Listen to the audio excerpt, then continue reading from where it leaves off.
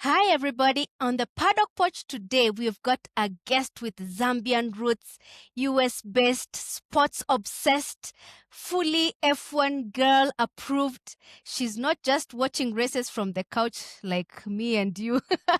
She has experienced the Las Vegas Grand Prix live. She shows up for herself every single day and pushes for what she wants in life. Something I truly respect about her in the short time I've known her. So for the second time around, because I think one is never enough, this time officially, Bupe Bwalya, welcome to the Paddock Porch. Thank you for having me again officially. I was so excited when we had the last discussion. I was like, this time I'm going in my Ferrari merchandise and I'm going full on talking about F1. Yes, I love your merchandise. So welcome again. It's bring your own everything. So something to sip on, good energy, great conversation.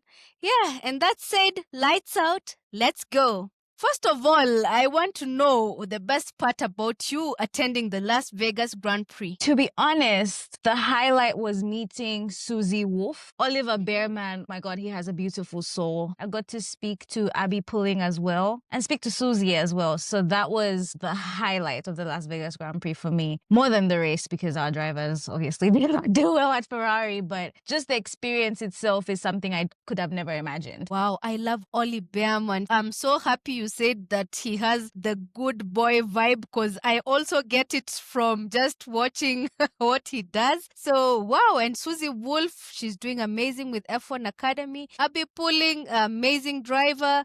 Wow, that was a really good experience and something we all want to live and also experience one day. So, is it as intense as we see it, like the races, the night lights, the sound? You know, at night sound is really loud. Is it that intense or? No, actually, it's not that intense. The lights are not as bad. You know, the experience, to be honest, is the cars go by really fast. So if you blink, you might not catch them. And it being my second race of the season, because my first one was in Barcelona and the Vegas one, it's a street circuit. So you know how that goes. But I had my iPad on because I needed to see where the drivers are, what they're doing, where they are. Yes, but there are also big screens around. So if you don't have your phone or iPad, you can watch from the screen. And then when the cars are coming by, you have your phones out, all of you ready to record. It's really fun. Beauty is when you see how far 30 seconds actually is in real life, because it's like the car will come. And by the time the next one is coming, you'll be so mad and you're like, this is how far behind you are. But on the phone, the cars are moving in slow motion. So it's a whole different experience. So between Barcelona, Las Vegas, which would you do again? I would do both. Oh, both. Okay. So both have like something you really would like to see again or feel again or experience again. Las Vegas has more fun activities, even fun activations as compared to Barcelona. And with Las Vegas there's so much going on. It's already an interesting city. It kind of felt the vibe around me is everybody's in a good mood. For Barcelona, we walked. And it was so hot. It was so unbearable. But because it's F1, I would go again to both. Wow, that's so interesting. Thank you for sharing that. I know you love sports, like not just F1. Where does your love for sports come from? I used to spend a lot of time with my dad. I think that's where it started from. And I was an athlete myself. I played a lot of sports. Given in Africa, our season is every term you have a different sport to play. So every term I had a sport to play. And then from there, I've just been into sports like completely. Which sports were you playing? So I was actually a sprinter. I did track and field, the 100 and the 200. I was quite fast, even for girls. There's a memory of mine where they had me race with the boys at some point and I came out second. So that was really cool. I did girls soccer as well. I was a number 9 forward. I did competitive swimming. I also played netball. And I played volleyball. Like everything. And it's good. Sports really opens up doors and some very interesting opportunities for us. And I'm really curious, you know, you're African in every sense. And our parents, most of the time, they only want doctors, lawyers, computer scientists, engineers, so that they can have that bragging rights in the village to say, my daughter is a doctor or a lawyer. So what was your parents' reaction when you told them you want to do like like a career in sports? Well, my parents have always been supportive of me. Even when I did like sports full time, I think I managed to balance my academics with my sports because I did really well in school as well. They really supported me. They used to come for my races. They would follow me to a different town. And at some point in my life, I even used to say I want to be an athlete until I got injured. But they loved the fact that I balanced it. And so when I just came out and said, hey, I'm having a career in sports, at first they were like, where are you going to take that degree? And then I said, well, it comes with an internship to Real Madrid. They were like, you're taking it. So even if they wanted to refuse, it came with a very big name with it. If I just said, oh, I'm getting into sports, and like, obviously, if your career doesn't look like it's going to go well, everybody will say no. But even then, there were still some people that were like, think about it. But I wasn't thinking about it, especially because I said, this is what I want to do and this is what I'm passionate about. And I felt the way I love sports isn't just from, I have no idea what I'm talking about. I started to see that I can actually differentiate between passion and business, difference between, you know, when you're a fan and you add education to things, education makes you sometimes think critically. So you have to be both street and book smart to understand, because a certain part of my educational background comes in and I'm like, okay, this doesn't make sense. As a fan, you see things like this and you think this is what it is. But when you put business and when you put academics, it's like the playing field is always level. So I guess even when I was telling them that this is what I wanted to do and they asked me, what are you going to do with it? I already decided where I was going with that. And everybody supported me and they were very happy for me. So I think knowing what exactly you want to do really helped you to explain, because I think most of these things you just have to know how to explain and to try and give your vision to somebody else, in this case your parents. And I'm happy they accepted you to go and do that, because really a young person like you going to like the academies, like it's something that we normally hear other people doing. So for me it's really a good chance encounter that I've met someone who actually is doing it, and it should be an encouragement now to other people who will probably listen to this, that this actually happens. It's not for rich or connected people. Somebody can be in Africa and they can apply for these opportunities and they can get it, because Africa, many people love sports but they don't know how to build a career on sports, so that's where they hit a roadblock. But I'm happy you found a way to maneuver that, and I'm sure your parents are proud. I have friends who live in the US, and the work schedule there is really hectic. Not even the US, everywhere. Like, you've moved away from home, your support system, you've relocated. It takes a lot of bravery, like heaps of faith that things will work out. How are you managing that? How do you stay grounded? I know what I want for myself. And some people may say you think too much of yourself, but I think I'm capable of a lot of things. To me, I feel there's so much I can do. And once I realized my dreams were within my reach, I didn't know how to stop. I just want to keep going. Sometimes it's not easy when you don't have support and people don't understand how bad it gets, because I'm not gonna lie, it gets so bad to the point where you sit and you're like, God,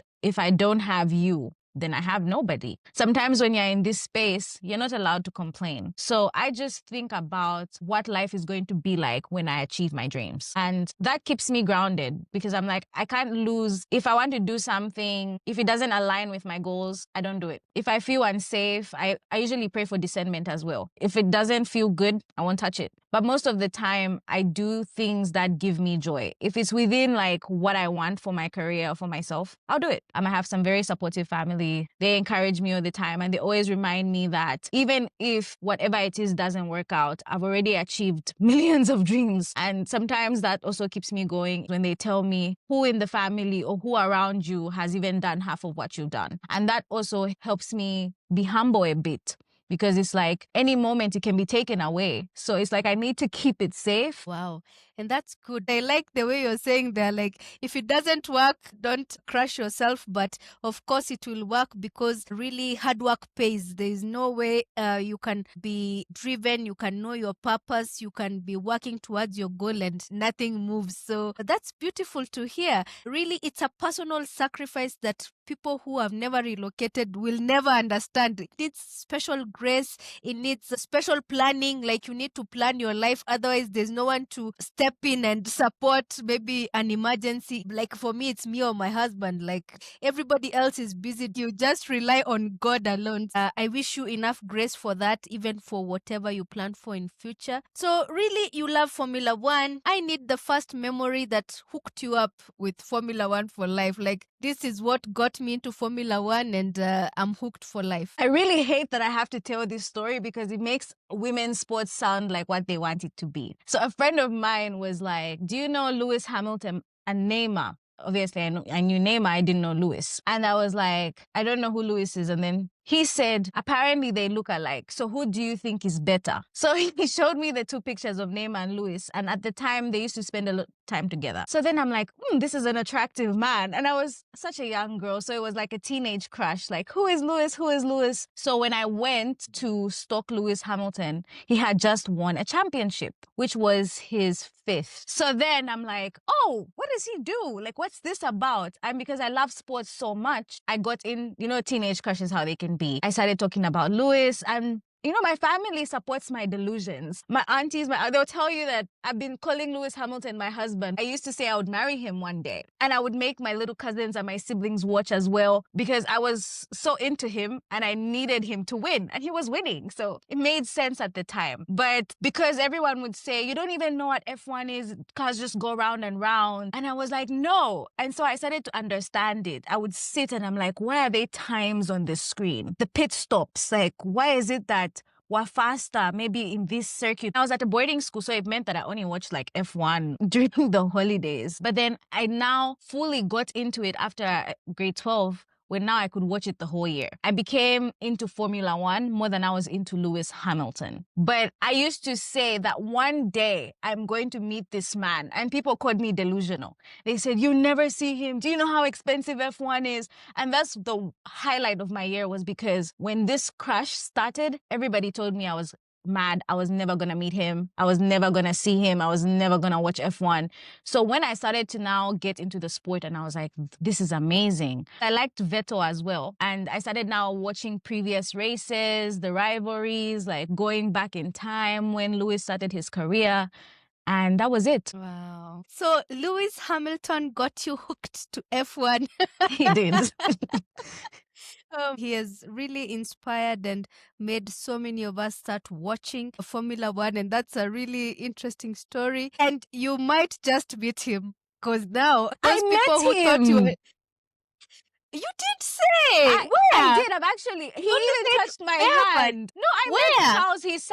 Charles signed my hat. Lewis, like it's a whole lot. It's a whole lot. Did you meet Lewis? So I actually also went for the movie premiere in New York, but I didn't get to talk to him. I haven't spoken to him, but I've seen him. It's enough for me. Yeah, I've seen him, and he touched my hand, so it was like, yeah. Oh, you didn't mention that. You just told me about Behrman and everybody, but it seems it's another event, so maybe that's why you didn't mention that. So these delusional people, they now can see how delusions can work, right? Delusional can make you become a fan of something, and now you're going to Grand Prix, you're meeting drivers. I mean, the way you're saying it will feed into the narrative of female F1 fans. For me, I don't care to explain it, because everyone is free to love Formula One for whatever reason. If you like a driver, you want to marry them, that's you. If you like watching the race and talking about it, that's okay. Some people are there for fashion. So for whatever reason, for me, it doesn't matter. I will never explain. But wow, that's a really nice encounter. And he touched your hand. Like, did you even wash your hand after? Like, or I said I wasn't going to, but then I had somewhere to be. So I bathed, and then I was telling my friend, I'm like, wait, I wasn't supposed to wash my hand. But at least I have the Charles Leclerc signed hat to show for it. Since you said you have been close to Lewis, does he smell good? Because I hear he does. Smells... Oh, ooh. He does. Oh, I'm not into fashion, but I like scents. So that's why I asked you, because I saw somebody say he smells so good. So now I need to smell him myself. Oh, wow. So, what's your F1 toxic trait as a fan? I think my most toxic trait is pulling we have 7 at home. Every time like we had a bad season, but I go back to history. And that's my biggest argument is I always rush back. And I think it's toxic because Sir Lewis Hamilton gets a lot of heat. And I am one of those that will defend him. Like my life depends on it. And every time I see Sir Lewis Hamilton slander, I am ready with bullets, ready to fire. And so that's something I feel like I need to come out of that. But otherwise, yeah, we have Yeah, 7 it's at good to home. defend. It's good to defend someone, especially if you have something to defend him with. You know, his stats are crazy. What he has achieved is crazy. Like, you cannot even imagine. So, really, defending him is not the problem. The one I don't like is maybe getting into insulting conversation. There's one time I asked, why is Nico Rosenberg telling Lewis not to retire? He retired after one championship. So, how is he fashioned to tell Lewis when or not to retire? Guess what somebody said? Oh, black woman, what? Immediately somebody starts a conversation like black woman. I tune off. I'm like, this is going to be hate. This is going to be racist. So I just tune off. So those are the kinds of arguments I don't get into, because you can tell me something without calling me black. You can tell me something without insinuating other things, you know. He gets a lot of heat, and it's good that people like you support him and always remind people what he has done, because people have short memory. They will forget.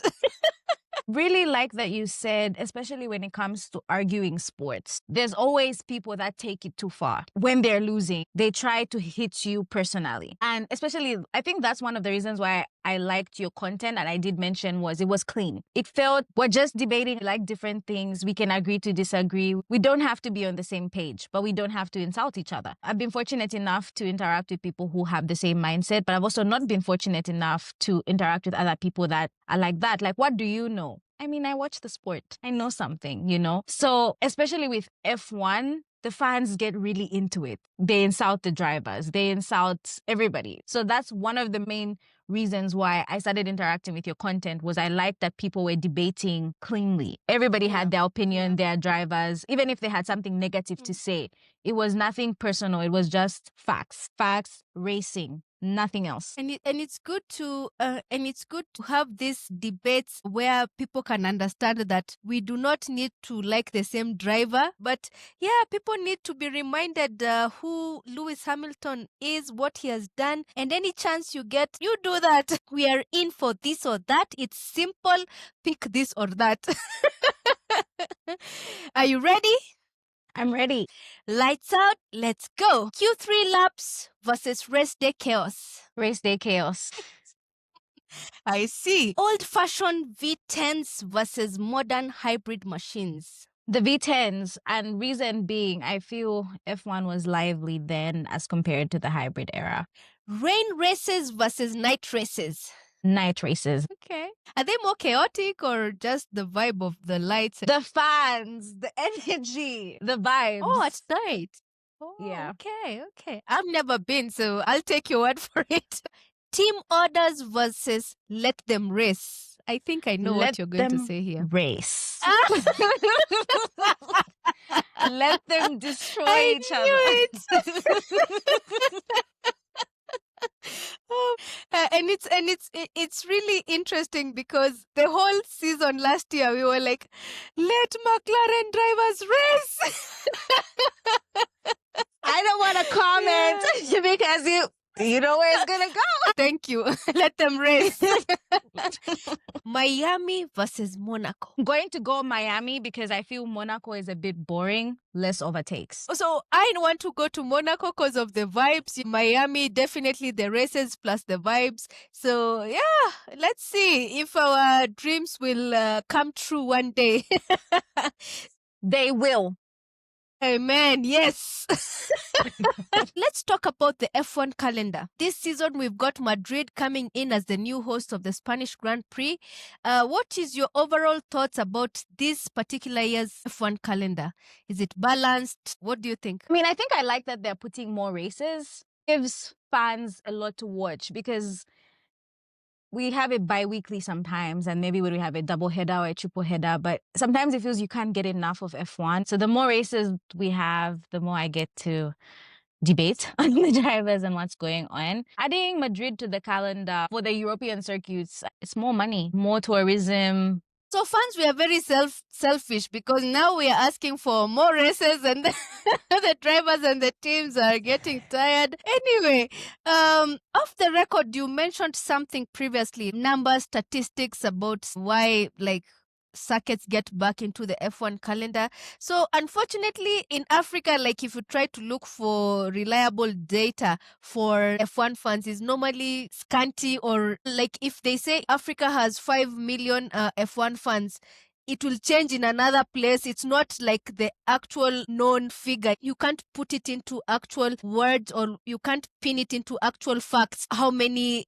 F1 fans are in Africa. Events related to Formula One. So when I've been in South Africa, I've experienced two. There was a Red Bull show run. It was just here in Sandton. So that one, they said it had 25,000 people. In Cape Town, they put the average to 46,000. But really, it's not the same figures everywhere. So I can just put approximates. And there was this Heineken F1 World Tour recently in Cape Town. So it drew a large crowd, but unfortunately, I've been trying to get figures I'm not getting. And that's why my frustration comes from you saying that why don't we have people talking about numbers? Because if I want to research about taking my business somewhere, I'll need to know if people will buy, right? So I think these people are wondering, will Africans pay for tickets? Will neighboring countries come to watch Formula One? So I didn't get a figure for that, and it was quite disappointing because it was just recent. But really, South Africa has a lot of motorsport lovers. I'm from Kenya. We do safari rally. I am sure you've you've seen that. So East African Safari Rally, and that's why maybe when you Google F1 fans, top of the list is always South Africa, Kenya, and some bit of Nigeria. At least there I got a figure of how many fans attended the safari rally, because it's like a whole weekend. We stopped doing whatever we are doing to attend that. So they said people came from Tanzania, they came from Uganda, they came from Rwanda, and spanning the whole weekend was 400,000 people. So that one was really interesting for me to hear. I think that for East Africa is what has brought the number up. But really, what do you think? Are we our own stumbling block by not having actual figures of fans, or rather having verifiable facts about fans? Or are we just being put on a different standard as compared to other regions who are hosting Grand Prix? I really love that you have mentioned the part about verifiable statistics, because I think that's one of Africa's biggest issues when it comes to span different sports. I'll give an example of AFCON right now. The stadiums, some of them are barely full. What's the reason? Is it that Africans can't afford to buy tickets for a football game? What's the price of the tickets as compared to what the stadiums are about? So it's those things that are at a global viewpoint where they look at our common sports to say, football, soccer, but you can't fill out the stadiums. What's the barrier? Is it poverty? Is it visas? What's the issue, right? South Africa has verifiable data because they have, like you said, you have Kailami. There's people buying tickets. So they have the facts and the data to say, on this day when we hosted this was the number of fans that bought these tickets, right? So it's more or less a business as well, because these teams need to be paid. It's not just about the fans themselves, because imagine if a small number of fans attended, it's a loss.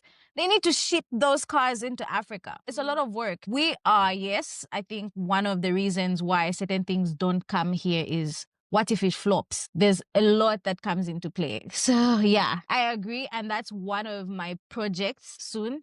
I feel verifiable data is very important, especially in business, because you need to analyze your market. You need to see, is this where I'm going to make money? How much people are going to buy? If I set it at this price or this price range, what's our profit? Are we getting a return on investment? What do you feel? Which country is getting it? We have South Africa, Morocco, Rwanda, Nigeria. I heard they did something in that front, but which one realistically to you would probably clinch it if it was to come back? I think South Africa. South Africa Yeah. has the resources. It has the venues. South Africa is better. Given the fan engagement, broadcasting, ticketing. They've hosted a World Cup. So it would be easier to transition to South Africa than it would be in any other country that hasn't even hosted a major world event. Morocco is just hosting the Africa Cup. Maybe we can have that conversation after they host the World Cup, because F1 has a lot of even tourist fans. Sometimes it's not even local fans that are there, it's tourist fans. South Africa has the base for that. So if I was to pick who would win, definitely South Africa. Yeah, so I heard that they are fronting two ideas, right? So Kailami Grand Prix, they are fronting it as a traditional track to host Formula One. And the other interesting bit, which I was curious about, they are pitching for a Cape Town street race. And the reason is this Heineken Formula One World Tour was there. They were doing a street race around the DHL Stadium. And funny enough, Formula E does street races in Cape Town. I was like, why is the Heineken F1 tour going to Cape Town? Cape So I was Town. like, oh, it's a street race. That would be a very beautiful street race. Oh, I never thought of it until now. That would be beautiful. And it's so beautiful. It's so beautiful, like near the ocean. What? It might just happen to go to Cape Town. But yeah, let's see. South Africa is a strong contender there. Most of the countries who are bidding to do it don't even have a track or a street to do it in. So South Africa is the best. And the ticketing and accessibility, as you're saying, is some are fronting the figures I'm getting is 2,000 rands to 3,000 rands for rest days and cheaper ones on Fridays. Let's see what happens about that. But yeah, can it happen within the next 2 years? I'm so impatient about it. I don't know. I think it can happen. I think Africans do have the resources. We just don't have the data to back it. I feel people would travel because when you convert how much you spend for a ticket in the European circuits, 2,000, 3,000 rands is cheap. There's this guy that I wanted to introduce you to or share his TikToks. He watched every single race last season with a budget of 20,000 euros. Was it pounds? One of the two. If they announced it and said, South Africa 2028, be rest assured that place is sold out. We'll need to buy early because I think it will be chaotic to get tickets. That's true. That's true. But it's a project that I feel we're just not selling ourselves right as Africans. We're saying, come here, but we're not showing them the platform to actually make the money. In as much as sports is entertainment, it's business. The sooner we as fans accept that, the better. Thank you for that, because really anyone who's never been to a Grand Prix and is a Formula One fan, it's something we dream about. So if they bring it closer to us, I mean, I would be sold with that because I wouldn't need to travel to go for my first Grand Prix. But yeah, so interesting things and fronts there. The street one was the one that excited me. I was like, Formula One street race in Africa. Oh, I love Cape Town. It's my favorite city in the world. I think I moved to South Africa because of Cape Town, because before I moved, I traveled there and went to the wine farms. I loved the wine. If they manage to hack a street race, I think it will be better because it has never been done.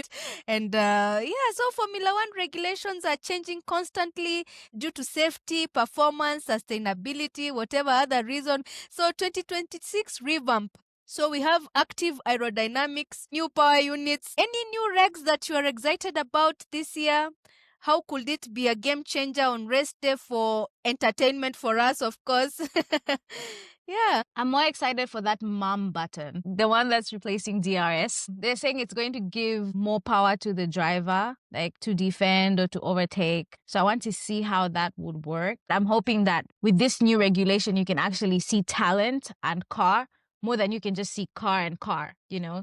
That's one thing I'm looking forward to. Yeah, so I'm also excited about the active aerodynamics because I saw that it changes depending on where the driver finds himself on the track. I love it. And also changes are good because it means it will shake up things. Now we are looking forward to the first race to see who will mess up or who will come out on top. And really, Bupe, that was amazing.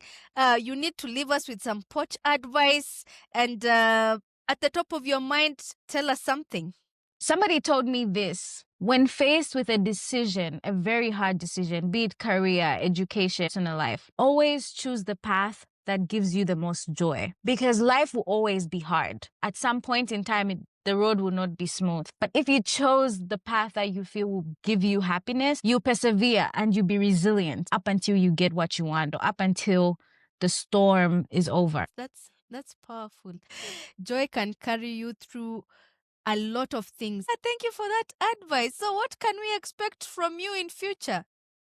I have a lot of personal projects that I really want to work on. I feel knowledge is power sometimes, and there's so much you can do just by talking, explaining things to people, helping them run their businesses, helping them understand sports for more than it is, helping people know that even with their talent, something that they like doing, it's more than what it is. I'm about to graduate. All the best with that. I can't wait to see it. And yeah, thank you so much for your time. I'm looking forward to seeing you again when we get back to debating and creating narratives when we are back to racing.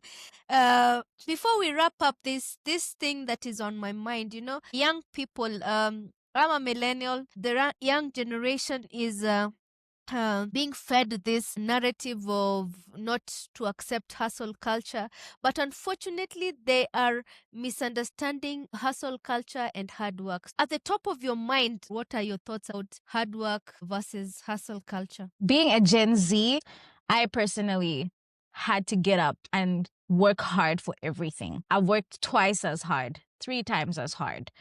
And most people don't want to work hard. You're 23. Why do you want a life of a 30-year-old? You have so much life to live. There's stages at it. Someone can make it at 19. Another person can make it at 40. Someone will tell you Mark Zuckerberg dropped out. You don't have to drop out of school. You know what I mean? Personally, education has given me my dream, and success sometimes is a state of mind.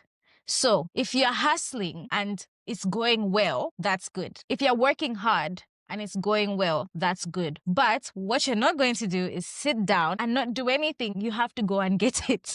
In my 20s, I had multiple jobs at the same time. I was doing my master's degree. If somebody needed something done and they told me they'll pay me, I was there doing it, In my 20s, sleep was a luxury. What this generation is calling hustle culture. And unfortunately, the people who are telling them not to do it are not in their generation. It's people like me, I don't have to hustle now, but I did it when I had the time. So why should I tell a 20-year-old who has a lot of time on their hands not to hustle? I was able to buy whatever I bought, the assets that I have in my 20s. I wouldn't have been able to do that without that hustle mentality. If you think of it as a hustle, it will become a hustle.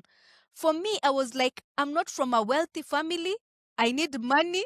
I cannot go back home. No one will pay for anything. So I was like, I need to figure out my life for myself. Also, from the tribe I come from, we fear being broke. So for me, it really came easily in that somebody says they are going to pay me. Why should I sleep? But I would like to advise you and young people, right now you have time. Do everything you want now. You don't know about the future. Like now, if somebody told me to take up 2 jobs and do masters. Now, I'm a mother of 2. I can't do it. Now, I'm going in the direction where I'm looking for a purpose. I'm looking to reinvent myself. I'm looking to support my family. That is hard work, but in the other direction. So nobody should tell anyone what to do. Every generation has its own grace. Life is hard. And also, where you're working, always connect with people. Talk to them, have conversations that they will never forget. Don't just ask for selfies from these influential people. Stop them and tell them what you're doing. Connect with them. Ask for their numbers. You don't need their selfies. I mean, unless it's just you being a fan, But if you need something from somebody, it's easier to connect, get their contact, and make sure your conversation he will never or she will never forget. Hard work is a character everyone needs to cultivate, be it in content creation, be it in school, in work, and really it helps you to focus, stay consistent, diligent, patient, because most of the results we see long term. Nothing, unless something goes viral, and especially in content creation thing, most of the things are long term results. So if you have that hardworking character, you don't mind the patience, the wait, the growth, and do it when you're young. Responsibilities will pile up and you won't be able to do 2 or 3 jobs. So all of you young people who listen to my content, make the most of the time you have and the freedom that you have, because also freedom really becomes less and less as you get older. Give us your final thoughts. Just to add on to what you said, especially for us young adults, comparison is really the thief of joy. Just even to myself, sometimes I obviously feel I'm not where I want to be, and I stress myself. Know who you are, where you're coming from, where you're going. We obviously can't see the future, but there's a lot to lose, but there's also a lot to gain. And the playing field is maybe not level. You need to know the players around you. And like you said, especially the one for talk to people. For all the things that have moved my way, it's because I talked to somebody. And I really needed that advice again. Let's see our family. Let's see our friends. I'll keep saying this because it works online. Like, comment, retweet, share any of my content wherever you see it. It helps with visibility. It's simple theory, but it's hard to practice. But yeah, like, comment, retweet, share on YouTube at The Paddock Porch. Subscribe, follow everywhere at The Paddock Porch. To everyone who continues to engage and support me, thank you so much. It really means a lot. I know it's a tough time for F1 fans right now, but we take comfort in knowing we are suffering together. We can't wait for the first race. 2026 is going to be a wonderful year, and I really appreciate everybody. This is the Paddock Porch, where we talk hot laps, life, and family. I'm Shiko, and as always, God bless.